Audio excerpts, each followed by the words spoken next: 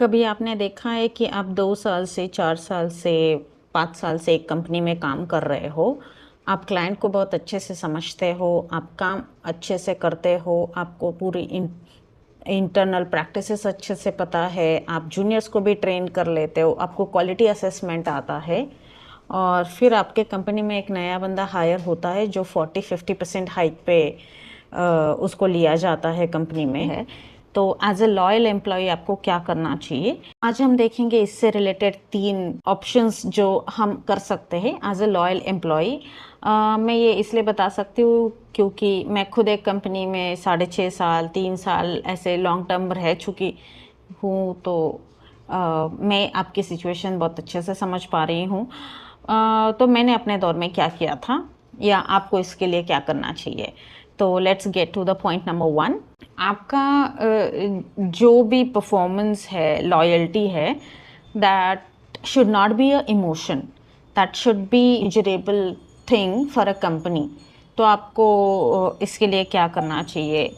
बहुत सारे loyal employees को ऐसा लगता है कि मैं ये कंपनी में काफ़ी साल से हूँ, काफ़ी टाइम से हूँ और मेरी कंपनी जानती है कि मैं ये बहुत लॉन्ग टर्म के लिए सोच के यहाँ आया हूँ। पर बहुत सारे कॉरपोरेट में इमोशंस को मेजर करने का कोई तरीका नहीं है। अप्रेजल्स में कंपनी सिर्फ डॉक्यूमेंट और डेटा बेस्ड डिसीजंस लेती है और इसलिए का सिर्फ लॉयल रहना काफ़ी नहीं है। कंपनी को डेटा चाहिए हर एक चीज़ का।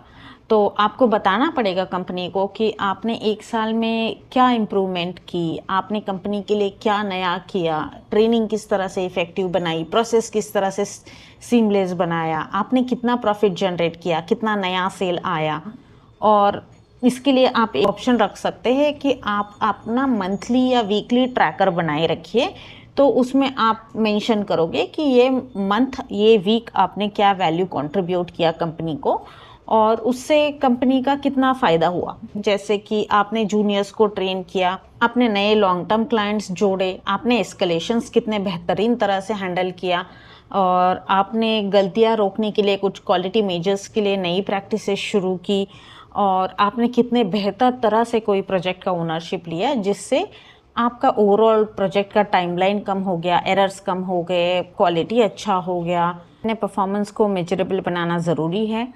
जब भी आप अप्रेजल के लिए जाए कोशिश कीजिएगा कि आप सिर्फ इमोशंस लेके नहीं जा रहे हो, आप कंपनी के लिए अपना डेटा रेडी रखे हो और आप एक एक्सेल शीट के साथ जा रहे हो जहाँ सारी चीज़ें क्लियरली मेंशन रहेंगी। सेकंड ऑप्शन ये है, नो योर मार्केट वैल्यू।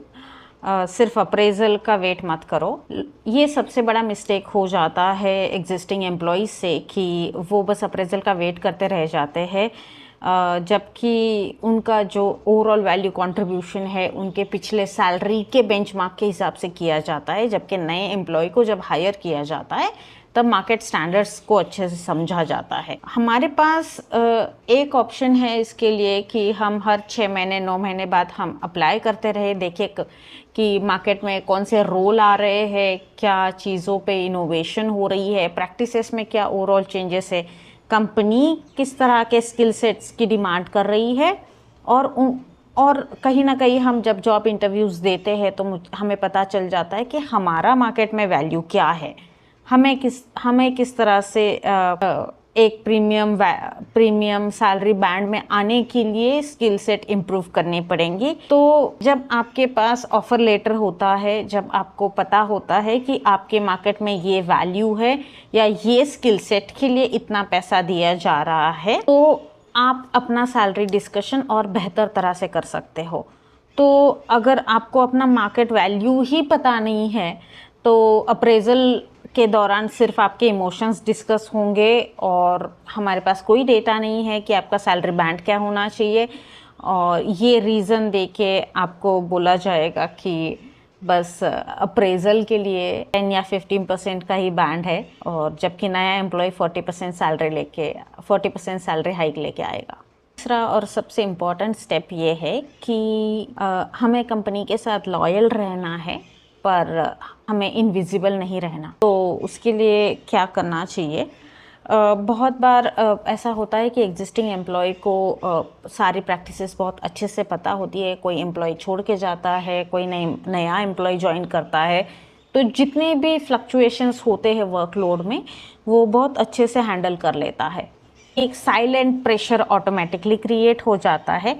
पर आपको ये बात समझनी होगी कि कॉर्पोरेट लाइफ में काम को नोटिस किया जाता है अगर वो मेजरेबल हो, ग्रोथ भी निगोशिएट की जाती है अगर आपके पास प्रूफ्स हो, ऑफर्स हो, और उसके रिलेटेड कंपनसेशन भी अच्छे से डिस्कस किया जाता है जब आपके पास उतना स्टैट्स रेडी हो। तो सबसे इम्पॉर्टेंट चीज़ है कि आप जो भी आपका रिव्यूअर है, आपका मैनेजर हो सकता है, आपका टीम लीड हो सकता है, आप जाइए, आप हर महीने, हर 3 महीने जाके आप अपना प्रोग्रेस बताइए और आप क्लियरली डिस्कस कीजिए कि आपके लिए कंपनी ने क्या करियर पाथ डिसाइड किया है।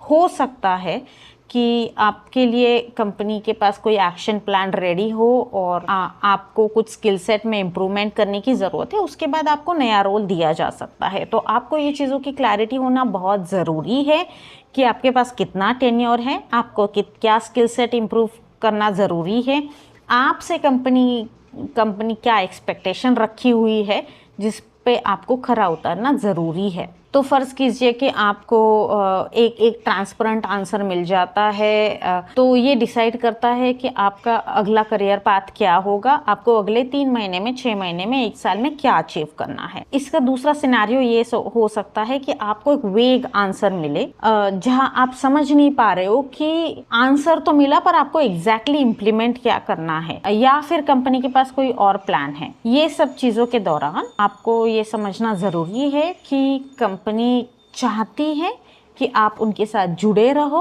और वो चाहती है कि आप स्टेबल रहो, ना कि आप ग्रोथ करो। तो मेरे हिसाब से कोई भी कंपनी में लॉन्ग टर्म रुकना गलत नहीं है, पर आपको बिना ग्रोथ के, बिना क्लैरिटी के रुकना बहुत रिस्की हो सकता है। तो ये 3 ऑप्शन से आप देखिए आपके लिए इसमें से क्या काम कर रहा है। And I am very sure कि लॉयल्टी वाला ऑप्शन जो है ये बहुत ब्यूटीफुल होता है जब तक आपका ग्रोथ आपके साथ हो। मिलते हैं अगले वीडियो में और कुछ इंटरेस्टिंग टॉपिक के साथ। Bye bye. Dhanashree signing of.